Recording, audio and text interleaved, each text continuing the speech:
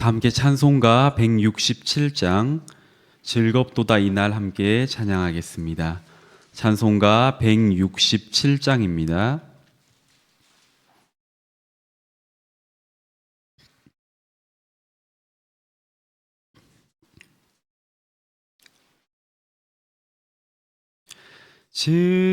즐겁도다 이날 세세의 알말 사망 권세 깨고 하늘이 열려 죽은 자가 다시 살아나와서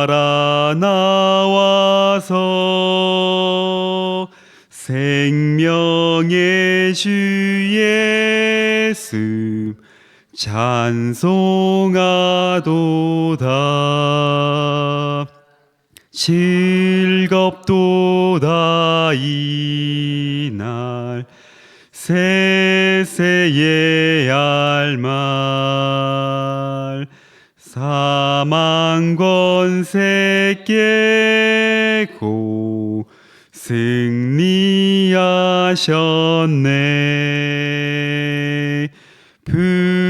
부활하신 주님 나타나시니 천지 만물 모두 새 옷 입었네. 꽃은 만발하고 잎이 우거져 승리하신 주를 찬송하도다.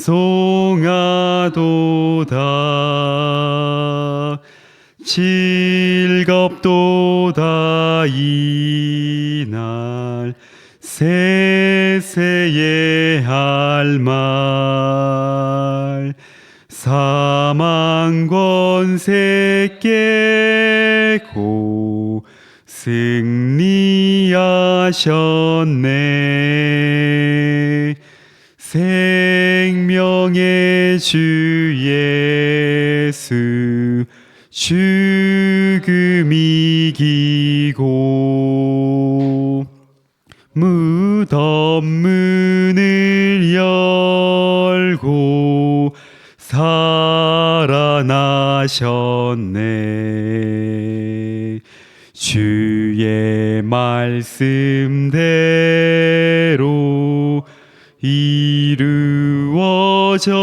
이루어져서 사흘 만에 다시 살아나셨네.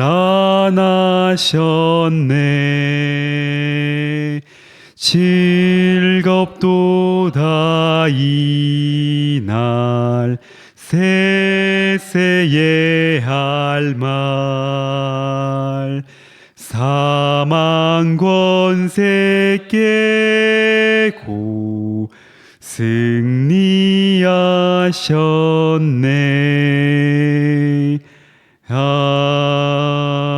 아멘. 다 함께 사도신경으로 신앙 고백 드리겠습니다. 나는 전능하신 아버지 하나님 천지의 창조주를 믿습니다. 나는 그의 유일하신 아들 우리 주 예수 그리스도를 믿습니다.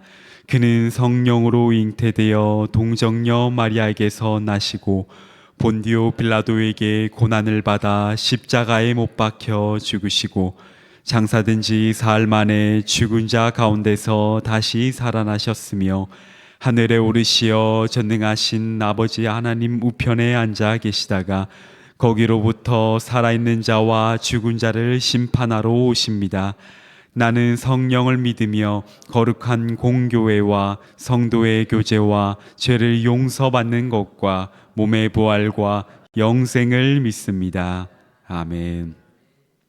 오늘 우리가 읽을 하나님의 말씀은 고린도전서 15장 12절로 19절까지 말씀입니다. 오늘 우리가 읽을 말씀 고린도전서 15장 12절로 19절까지 말씀입니다.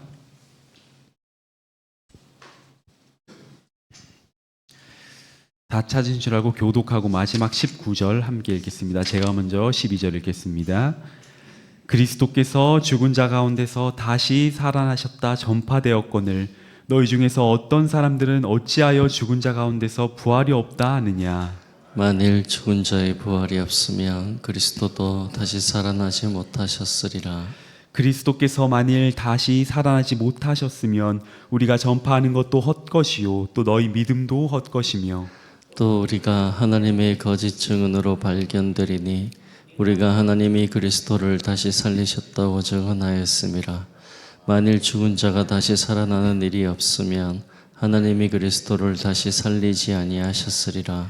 만일 죽은 자가 다시 살아나는 일이 없으면 그리스도도 다시 살아나신 일이 없었을 터이요. 그리스도께서 다시 살아나신 일이 없으면 너희의 믿음도 헛되고 너희가 여전히 죄 가운데 있을 것이요. 또한 그리스도 안에서 잠자는 자도 망하였으리니 만일 그리스도 안에서 우리가 바라는 것이 다만 이 세상의 삶뿐이면 모든 사람 가운데 우리가 더욱 불쌍한 자이리라. 아멘. 이 오늘 말씀은 바울이 고린도 교회 안에 존재하는 문제를 직접적으로 언급하는 내용을 담고 있습니다. 먼저 바울은 12, 13절에서 문제를 제기합니다. 그리스도의 부활이 전파되었는데 왜 너희들 중 어떤 이는 죽은 자의 부활을 부정하느냐? 만약 죽은 자의 부활이 없으면 그리스도도 살아나지 못하셨을 것이다. 바울은 일반적인 사람의 부활을 부정하면 특별한 경우였던 그리스도의 부활도 부정해야 함을 주장합니다. 바울은 먼저 14, 16절에서 만약 정말로 죽은 자의 부활이 없다면 복음 자체가 무너짐을 경고합니다. 14절에 그리스도께서 만일 다시 살아나지 못하셨으면 우리가 전파하는 것도 헛것이요 또 너희 믿음도 헛것이며 라고 말씀하고 있는데 이 말씀에서 헛것이라는 표현이 2번 반복되었습니다. 이때 이 헛것의 원어적인 의미는 공허함, 유익이 없음이라는 뜻이 있습니다. 즉 이 뜻으로 다시 14절을 읽어보면 만일 그리스도께서 부활하지 못하셨으면 전도도 공허한 것이고 설교도 유익이 전혀 없고 너희의 믿음도 공허한 것이다 라고 말씀하는 것과 같습니다. 한마디로 부활이 없다면 복음 자체가 무너짐을 강하게 표현하고 있는 것입니다. 또한 15절에서 사도들은 그동안 끊임없이 하나님께서 그리스도를 살리셨음을 증언하였는데 만약 그리스도의 부활이 거짓이면 사도들도 결국 하나님의 거짓 증인으로 발견될 것임을 말하고 있습니다. 그렇습니다. 그리스도의 부활을 부정하는 것은 단순한 교리 정도를 거부하는 것에 그치는 것이 아닙니다. 부활을 부정하는 것은 하나님의 행위 자체를 부정하는 심각한 문제임을 강력하게 경고하고 있는 것입니다. 오늘 말씀을 통해서 그동안 우리가 가졌던 부활에 대한 관점이 더욱더 이 말씀 안에서 선명해지고 견고해지시기를 소망합니다. 둘째로 17절로 19절에서 바울은 만약에 부활이 없다면 구원이 무너짐을 경고합니다. 17절에서도 그리스도께서 다시 살아나신 일이 없으면 이라는 말이 반복되는데 이 성경 속의 반복은 강조를 의미합니다. 즉 그리스도의 부활이 부정되면 너희의 믿음도 헛되고 여전히 죄 가운데 있을 것임을 경고하고 있습니다. 이 17절에서 사용된 이 헛됨이라는 단어는 14절에서 사용된 헛됨과는 다른 단어인데 특별히 효력이 없는 이라는 뜻을 가지고 있습니다. 이러한 이유로 17절이 강조하는 것은 그리스도의 부활이 없다면 너희의 믿음도 효력이 없고 그렇기에 여전히 죄 가운데 죄의 영향력 아래 있을 것이다 라고 경고하고 있는 것입니다. 예수님의 십자가 대속의 죽음과 부활은 분리될 수가 없습니다. 반드시 함께 가야 합니다. 부활이 없는 십자가 사건은 구속사역이 끝까지 완성되지 못한 상태이기에 결코 구원도 완성된 상태라고 볼 수가 없습니다. 부활이 없다면 믿음으로 의롭다함을 얻는 칭의도 없을 것이고 그 위에 주어지는 성화의 삶도 기대할 수가 없게 됩니다.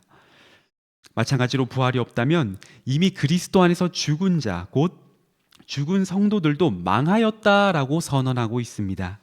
이때 망하였다는 것은 멸망당하다, 상실하다, 사멸하다라는 의미가 있습니다. 즉 부활이 없다면 주님을 믿고 죽은 신자들에게 더 이상 미래가 없으며 미래가 없으니 죽음으로 모든 것이 끝나버리는 허무함만 남게 되는 것입니다. 끝으로 19절에서 바울은 부활이 없는 신자의 삶에 대해 이렇게 평가합니다.